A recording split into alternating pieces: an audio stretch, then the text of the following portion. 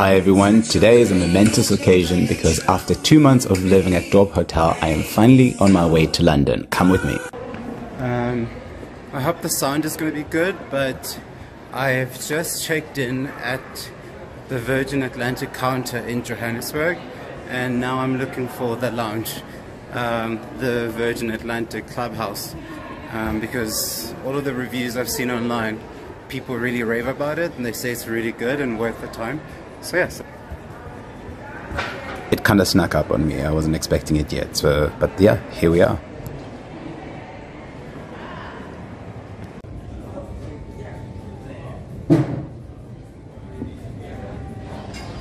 The decor is quite pared down. I expected something quite crazy and red everywhere, but it actually wasn't. It was quite muted. They have quite an extensive drinks menu.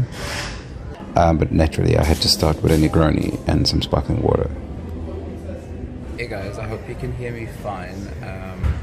So I am at the Virgin Atlantic Clubhouse, which is their airport lounge, and so I heard lots of raving reviews online about it, so I had to check it out. So very unorthodox to me, who always arrives just in the nick of time to catch my flight.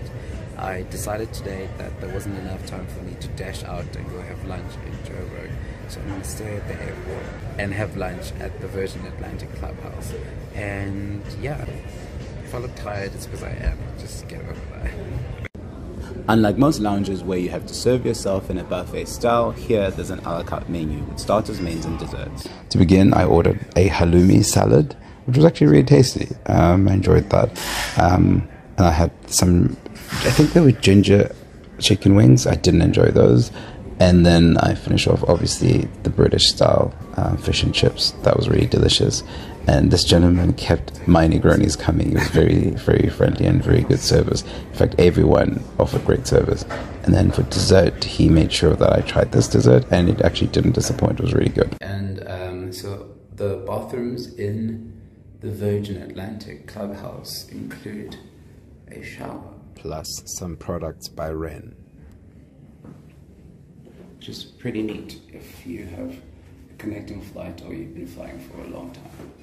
Like with most things, I like to point out the pros and cons. So here, in this frame, you have a pro and a con.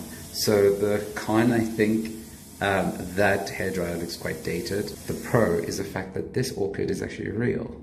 It's a real plant, so I really like that.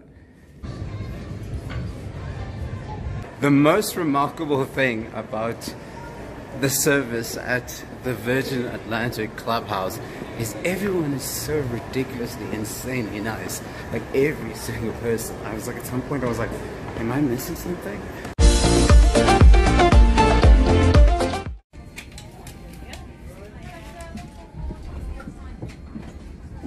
And there it is, the Virgin Atlantic A350-1000 upper class cabin. The sitting configuration is 1-to-1 with the herringbone and reverse herringbone layout. As you can see, I've done a bit of destruction. I already left my bags and stuff. Would you like a drink? The seat is very neat with everything tucked away, so that's the tray table there. You click a button and then it releases the table, and also the screen faces slightly to the side. You press a button and then it pops open and faces you. There's some storage space, there's water there that basically when you get to the seat is already there, your headphones are already there. There's a side thing on the side where I used to put my passport, and this is the menu. Basically I wanted to familiarize myself with what was in store, because you can select what you would like to eat. So you basically order on an a la carte menu like you in a restaurant. I mean, I guess I should have gotten used to that, because even the lounge you get that option. So, you know, this is the Virgin Atlantic way. You can see I'm already having my champagne there. I had storied most of the trip, and at this point I asked people if they were bored of seeing the updates or if they wanted to know more, and I had a flood of questions of people wanting to know, show us more, and especially show us what was in the goodie bag. So I decided I'd do this, but I'm clearly not good at this. I've never had to do like an in-flight sort of review, so it's not the best sort of like showcase of the goodie bag, but you know, you get the gist. It's Ren products, which are really nice. Got your toothpaste, your toothbrush, it's a bamboo toothbrush, your face masks, a pair of socks, standard stuff, but really good, and earbuds.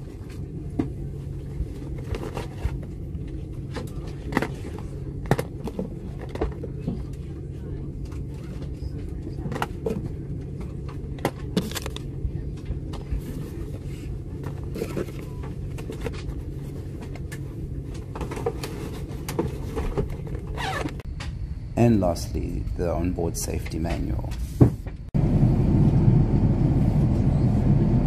I guess if you're fascinated with travel, you always care about how you get there, when are you going to get there, and calculate the hours, all the details that don't really matter because, you know, you're not the pilot, but yeah.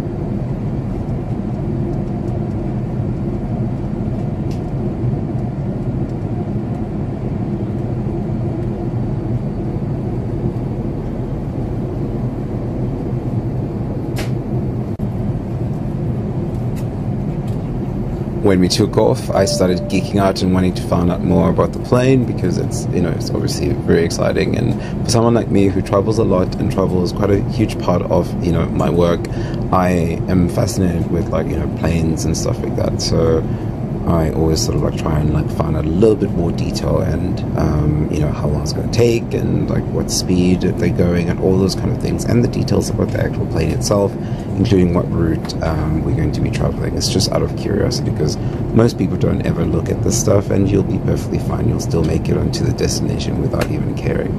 But I'm a geek and a travel nerd, so I like this stuff. You know, it's only occurring to me now as I realize when I'm watching this is that the screen is so huge. Like, look at the size of my hand in comparison, which actually makes it really comfortable when you're reclined all the way to the back because you can still see very clearly whatever you're watching. A pair of decent headphones. Again, I'd forgotten to be a good vlogger and had already ripped them open and had to like put them back together so that I could do this video. So I've decided I'm going to watch a movie. I'm watching No Time to Die, the James Bond movie.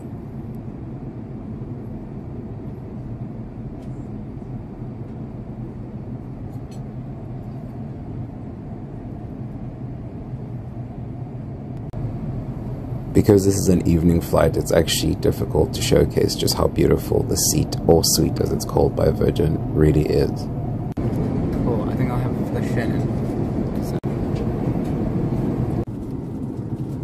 And just a demo of how the tray table comes out, and then sort of slide it. And that basically gives you like almost 2 tables, which is space for drinks, and also you can still work on the one side and just place the food or drinks on the other side.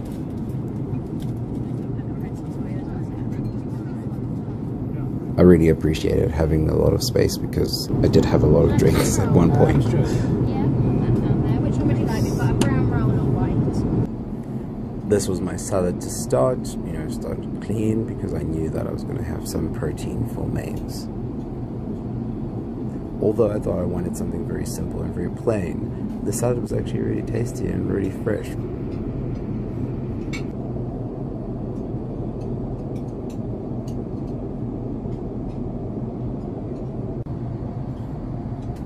I was quite enjoying the movie, and then it was time for the mains. I went for the salmon for mains, and you know, I'm so specific about the way I like my salmon to be prepared. But to my surprise, this was really good. This was really, really good. Even the potatoes were actually cooked beautifully.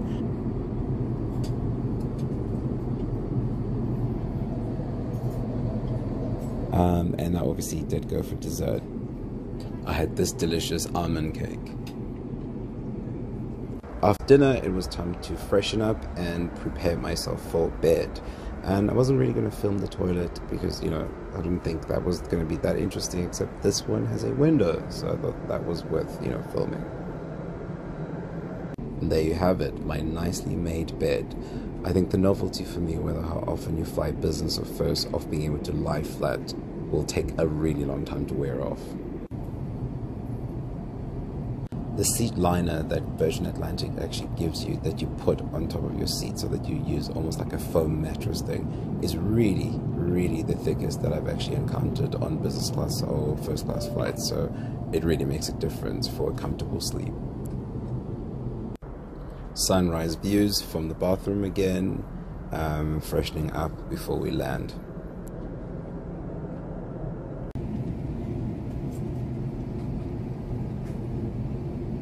This is around 4 AM and we should be landing in about 40 minutes in London. And I'm watching Top Gun.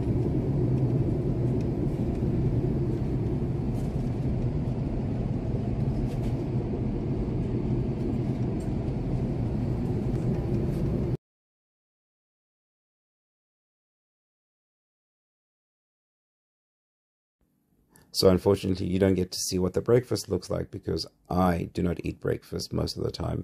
And this time around, I opted not to have breakfast, especially not at 4 a.m. It always gets so exciting when you can start seeing the River Thames.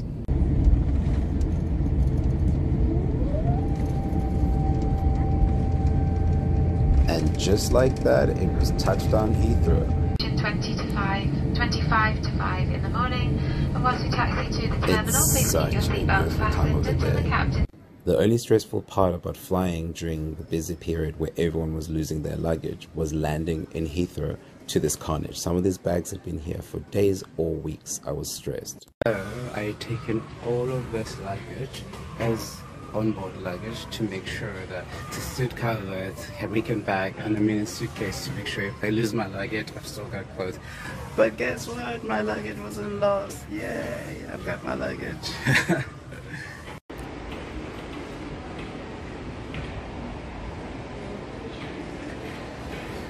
I have so much luggage that I cut that off to spare you the rant about how heavy my bags were, but I successfully made it to the launch of the A330neo by Virgin Atlantic and was super excited to see what the new look and design was going to look like.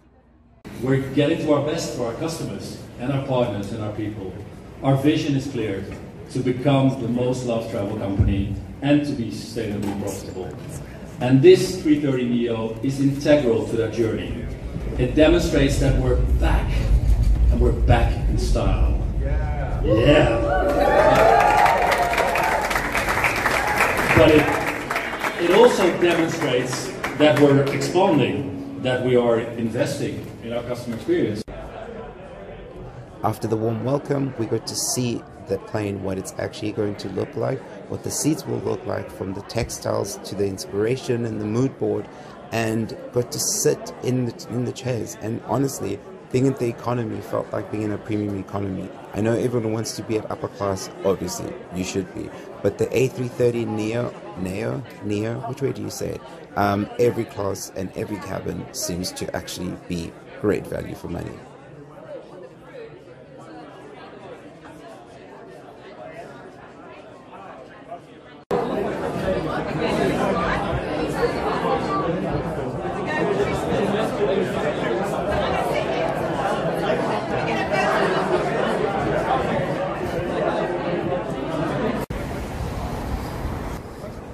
Hey guys, I'm sure I'm gonna get the award for the world's worst vlogger because I keep forgetting to start vlogs and end them. But this is the start of a new vlog, but maybe it could be the end of the previous vlog. I've shot a lot of content which I haven't figured out what starts when, but now I'm with James, my very dear friend, and we are, this looks familiar, are we next to old Ice Hotel? Yes. But it closed. Oh really? It went broke. What? Okay, you're getting the tea right here.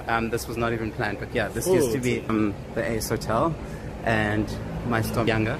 But there used to be the coffee shop as well. He's been fired from the vlog. But what was the other place? Right?